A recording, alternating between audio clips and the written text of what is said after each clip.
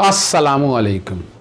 मोहम्मद अज़हर सिद्दीक़ अपने programme mess views के साथ हाजिर खिदमत है। 13 जुलाई 2022 रोज़ बुध आप ये प्रोग्राम देख रहे होंगे। ईद की छुट्टियां ख़त्म हो चुकी हैं, मगर शायद ये पाकिस्तानी है कि यहाँ छुट्टियां नाम की ख़त्म होती हैं, लोग ज़हनी तौर पर बीमार ही रहते हैं और उनको शायद काम करने की आदत नहीं है या काम से भागना है, वो लोग घरों में ही बैठे रहते हैं। स्टाफ की हाज़िरी पूरी नहीं होती है, हाई कोर्टों में चले जाएं, वहाँ भी ऐसे छुट्टी का ही समय है। ये पता नहीं ये कौम छुट्टियाँ ये बनाकर क्या करेगी या क्या मिलेगा इन लोगों को। आदत बदलनी होगी इन लोगों को। अगर कौम ने तरक्की करनी है ना तो ये ज़हन बदलना होगा, वरना बड़ा मुश्किल है इन सारे हालात और वाक़यात को लेकर चलना।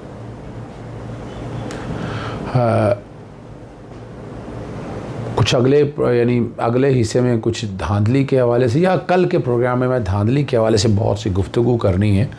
जो प्री पोल रिगिंग की मैं एक शक्ल रख रहा था वो मैं बताऊंगा कि क्या कुछ हो रहा है।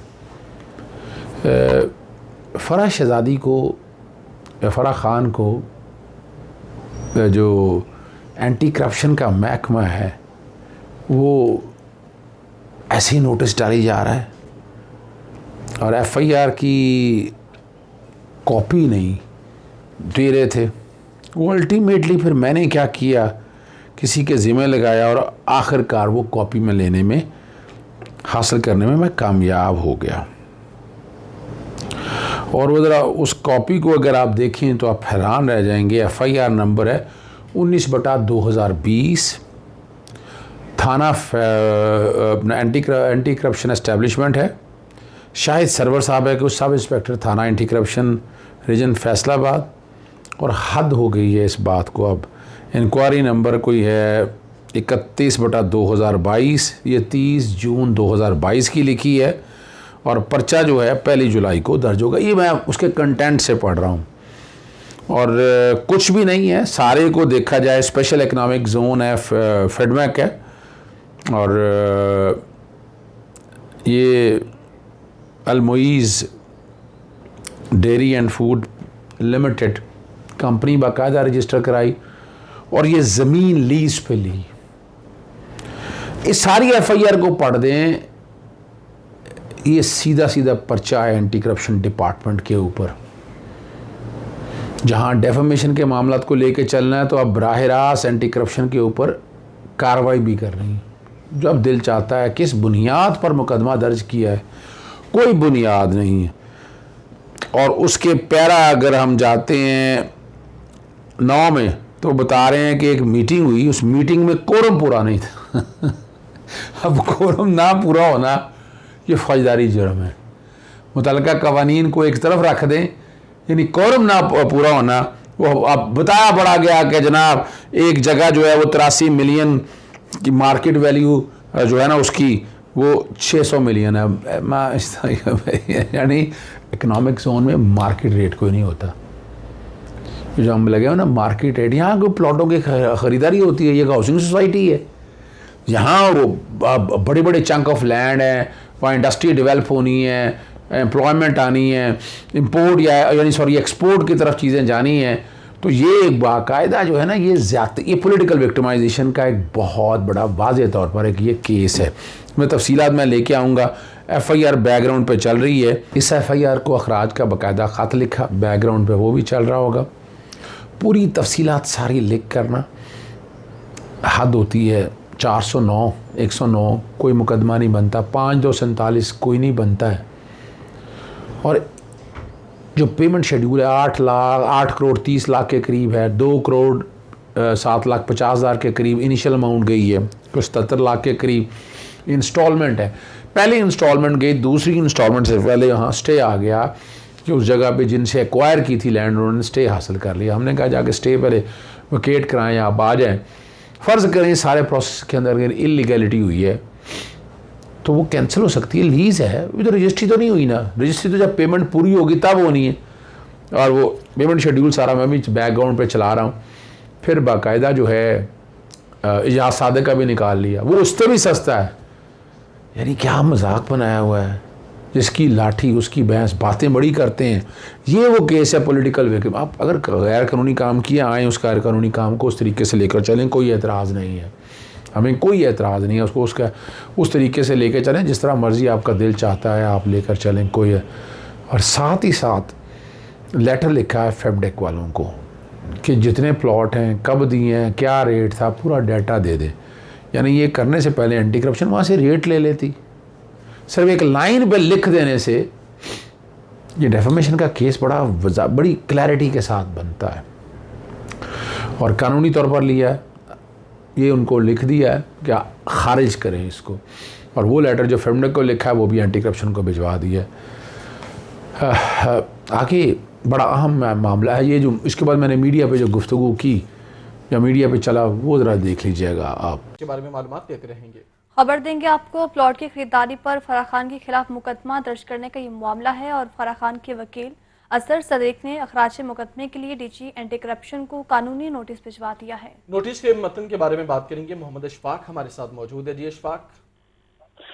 जी बिल्कुल, एंटी करप्शन पंजाब की जानिब से प्लॉट की खरीदारी के मामले पर फराह खान के खिलाफ मुकदमा दर्ज किया गया था। तो फराह खान के वकील अजहर सदीक एडवोकेट ने मुकदमे के हराज के लिए डीजी एंटी करप्शन को लीगल नोटिस भिजवा दिया है, जिसमें यह कहा गया है कि प्लॉट के लेन देन से मुतल्लिक एंटी करप्शन का दायरा इख्तियार में नहीं आता। फराह खान ने प्लॉट कानूनी तौर पर मार्केट से जायद पैसे देकर खरीदा और तय शुदा शेड्यूल के मुताबिक किस्त भी अदा की और उसके बाद हुक्म इम्तनाई जारी हो चुका है। अजहर सदीक एडवोकेट ने लीगल नोटिस में यह भी कहा कि जमीन और रजिस्ट्री फराह खान के नाम नहीं है, मगर इन्हें सियासी इंतकामी कार्रवाई का निशाना बनाया जा रहा है। लिहाजा एंटी करप्शन अपने दायरा इख्तियार से बाहर ये दर्ज मुकदमा वापस ले, और अगर ऐसा नहीं किया जाता तो फिर लाहौर हाई कोर्ट से रजू किया जाएगा। ठीक है, बहुत शुक्रिया अशफाक। फराह खान के वकील अजहर सदीक इस वक्त मीडिया से गुफ्तगू कर रहे हैं। तो उसको जाकर कैंसिल कर दें। अभी रजिस्ट्री कोई हुई नहीं है। एंटी करप्शन ने ये सियासी बुनियादों पर मुकदमा दर्ज किया है जिसकी आइन और कानून में गुंजाइश नहीं है। अगर उन्होंने ये मुकदमा वापस नहीं लिया तो उनके लाहौर हाई कोर्ट में रजू किया जाएगा। इलावा जी जो डेफेमेशन के हवाले से है वो नोटिस भी जारी पीछे कर दिए गए हैं, उसको भी मजीद आगे कार्रवाई जारी रखी जाएगी। इसी जगह पर अयाज सादक का भी प्लॉट है, तो क्या उनके खिलाफ? हाँ, आपने बड़ा अहम सवाल उठाया है। अयाज सादक साहब को भी यही प्लॉट मिला है और उनको इससे ज्यादा सस्ता मिला है। और फेडमे को लिखा है कि कितने प्लॉटों का मिला और मार्केट प्राइस जो बात कर रहे हैं, ये मार्केट प्राइस है, क्या ताल्लुक है इसका?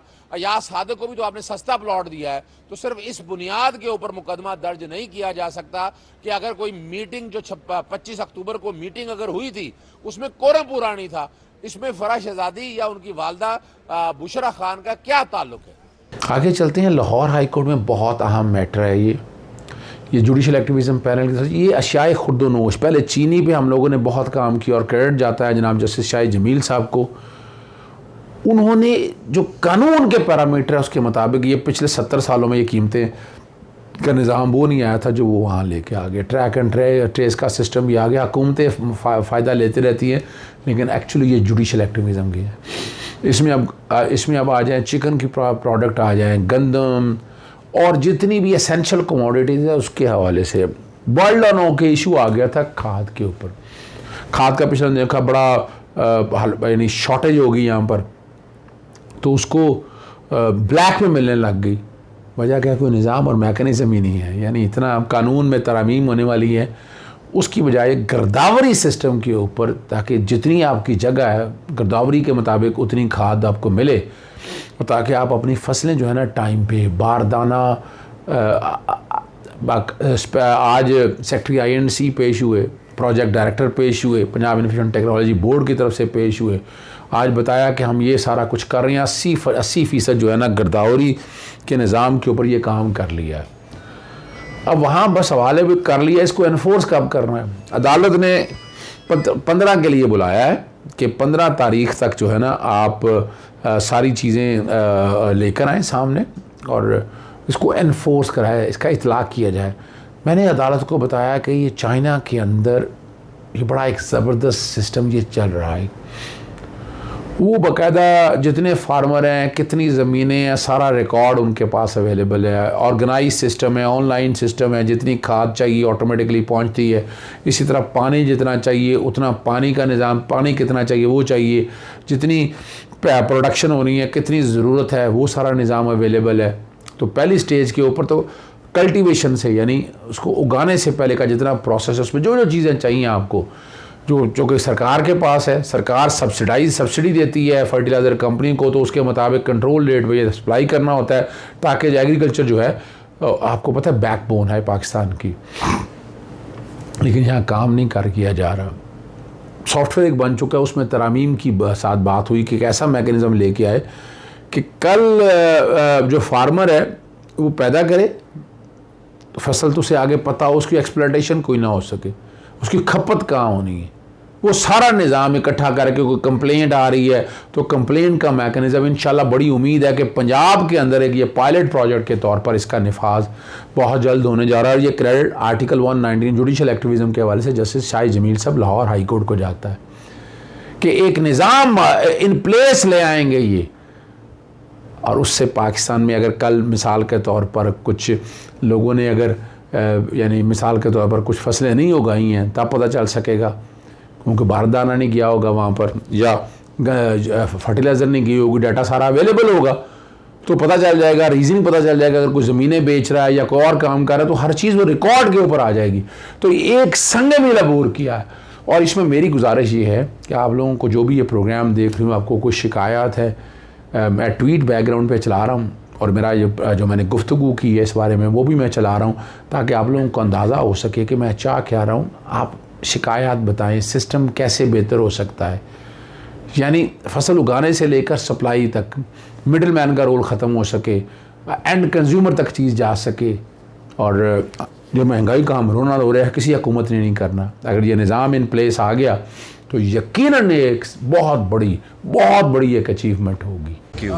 जी, जुडिशल एक्टिविज़म पैनल की तरफ से महंगाई को कंट्रोल करने के लिए जो अज्जाए खुर्दोनोश हैं उसको कंट्रोल करने के लिए दरख्वास्त की समाअत जनाब जस्टिस शाहिद जमील साहब की कोर्ट में हुई। अदालत बड़ी तवज्जो देख रही है बुनियादी हकूक़ के तहफ़्फ़ुज़ के फराहम करने के लिए। यहाँ किसान को खाद अर्जा नखरों पर मिलती नहीं है, जो कंट्रोल प्राइस है उससे महंगी मिलती है। आज अदालत में बड़ा बताया गया कि 1000 रुपया बोरी महंगी मिल रही है। उसमें गिरदावरी सिस्टम बाकायदा बना लिया गया था अदालत के अहकामात को सामने रखते हुए, मगर उसका निफाज नहीं हुआ। 80% कहा जा रहा है प्रोजेक्ट डायरेक्टर ने और पंजाब इंफॉर्मेशन टेक्नोलॉजी के हमने गिरदावरियाँ ठीक कर ली हैं। अदालत ने केस की समाअत आइंदा जुमे 15 तक मुलतवी की है। स्पेशल सेक्रेटरी जो एग्रीकल्चर मार्केटिंग को देखते हैं, प्रोजेक्ट डायरेक्टर और जो कंप्यूटर सॉफ्टवेयर के हवाले से मामला को देखना है, वो सारी चीज़ों को देख कर साथ साथ ये भी है कि जो मार्केट में जो अब खाद के बाद फसल पैदा होगी, फसल आखिरी जगह पर एंड यूज़र तक जाने के लिए भी इस निज़ाम के अंदर इतनी सलाहियत होनी चाहिए।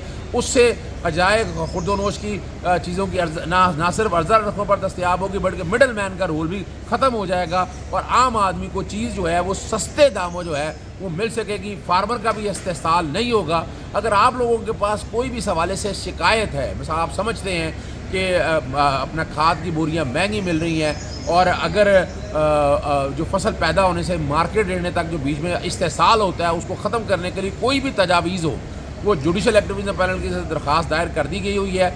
ईमेल नंबर है judicialap@gmail या मोबाइल नंबर 0300056560 पर आप मज़ीद हमें कोई इन्फॉर्मेशन देना चाहें ला सकें, ताकि जो अजाए खुर्दोनोश की कीमतें जो है ना, पैदावार यानी पैदा होने से कबल और पैदावार होने के बराबर आम आदमी को दस्तियाब हो सके और इस्तेसाल ख़त्म हो सके। ये सारी चीज़ें मैंने आपके सामने अब रख दी है। बाकी इमरान रियाज खान साहब, उन लोग कह रहे हैं बरियत होगी, ज़रा मैं थोड़ा सा कानूनी चीज़ें में रखनी है।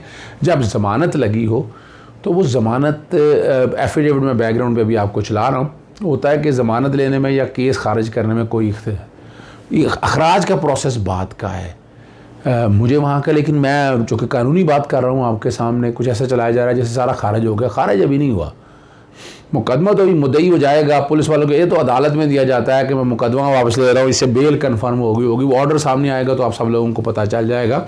अखराज वाला एक डिफरेंट पर्सपेक्टिव है, उसको एक अलग तरीके से जाना है। और इमरान खान साहब ने जो मुद्दई है, मुद्दई ने अपना केस वापस ले लिया और अदालत में बयान उसने अपना दे दिया है। मैं पहले भी कहता आया हूँ कि ये सारे इकट्ठे केस चल नहीं सकते, एक केस चलाना है, जो भी आप चलाएं आप।